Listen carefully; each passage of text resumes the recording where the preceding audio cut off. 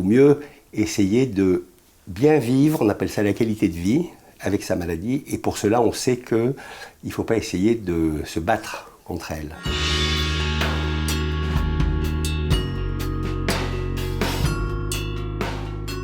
Quelles sont les formes que peut prendre le psoriasis? Quels sont les symptômes dont tu souffres? J'ai été confronté à des plaques. Ça a été plutôt des plaques au niveau des articulations. Donc ça, c'est le psoriasis en plaques, classique, donc avec des squames, des démangeaisons peut-être, qu'on appelle nous prurites. Au moment de l'apparition des plaques, oui. Le psoriasis peut aussi toucher au niveau de la peau le cuir chevelu. Il peut toucher les plis, les grands plis, on appelle ça le psoriasis inversé. Il peut aussi toucher les ongles. Ça, ce sont les manifestations cutanées les plus fréquentes. Et il peut aussi toucher d'autres organes, en particulier les articulations. C'est ce qu'on appelle le rhumatisme psoriasique. Quelle est l'origine en fait de la maladie? Quelle est la cause de ça? Toutes ces maladies sont des maladies à déterminisme génétique. Donc pour faire une maladie, il faut des gènes. Et pour que la maladie se déclenche, il faut que les gènes soient activés. Et une fois que les gènes sont activés, la maladie va évoluer par poussée, entrecoupée de rémission. Ça, c'est ce qu'on appelle l'histoire naturelle des maladies inflammatoires chroniques. Et c'est valable pour le psoriasis. Qu'est-ce qui vraiment va dicter ces pics de crise, ces poussées? Les poussées sont induites par différents facteurs. On peut prendre l'exemple de l'infection, une simple angine. On peut prendre l'exemple des traumatismes. Ça peut être une opération chirurgicale, mais ça peut être simplement les microtraumatismes répétés qui expliquent que le psoriasis se localise par exemple au niveau des coudes et des genoux, qui sont des zones d'extension. On va prendre l'exemple des médicaments. On sait qu'il y a un certain nombre de médicaments capables d'induire des poussées de psoriasis.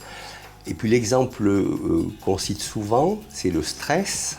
Et quelqu'un qui a des cellules qui sont capables d'aller dans la peau pour générer l'inflammation du psoriasis, eh bien, elle va être activée par ce stress psychologique, ce qui va donc entraîner une poussée de lésions cutanées de psoriasis. J'aimerais donc maintenant avoir un traitement qui me permette de lutter contre ce psoriasis. Il y a beaucoup de traitements du psoriasis, des traitements locaux, qu'on appelle topiques, et des traitements systémiques, c'est-à-dire des comprimés, des injections, des perfusions. Il y a des traitements nouveaux qu'on appelle des biothérapies. Si le psoriasis est léger, les traitements topiques vont suffire. Les traitements topiques, c'est principalement les dermocorticoïdes. C'est le traitement du psoriasis, ça n'est pas dangereux quand c'est appliqué sur la peau. C'est aussi la vitamine D, ça peut être l'association des deux. Les traitements systémiques, on va commencer à les utiliser pour les psoriasis qui sont un peu plus étendus. On appelle ça des psoriasis modérés. Et bien sûr, on l'appliquera pour la troisième forme de psoriasis, qui sont les psoriasis sévères. J'aimerais savoir s'il y a des solutions pour espacer ces phases. Les travaux récents montrent qu'il y a en fait du psoriasis un peu partout sur la peau. Donc il y a un réel besoin de s'occuper de sa peau. Et s'occuper de sa peau, ça veut dire appliquer des produits qui vont réduire cette inflammation. Ça passe par une bonne hydratation.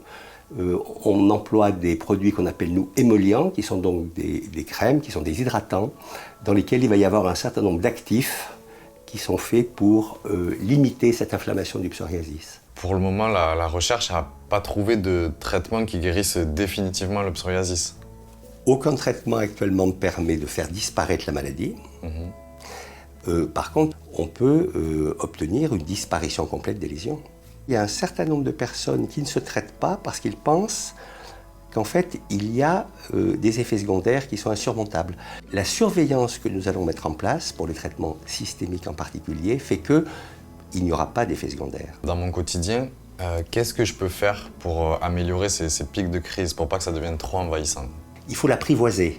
C'est notre maladie. Donc il faut l'écouter, il ne faut pas lutter contre. Il y a des patients qui ont un psoriasis et qui ont une qualité de vie qui est excellente. Leur psoriasis ne les gêne pas. Mais il y a ce travail personnel qui a été fait, qui est vraiment l'acceptation de sa maladie. Je n'organise pas ma vie à cause de ma maladie. J'organise ma vie à cause de moi et ma maladie fait partie de moi. Donc tout ce qui va pouvoir améliorer ma qualité de vie, finalement, va être bénéfique.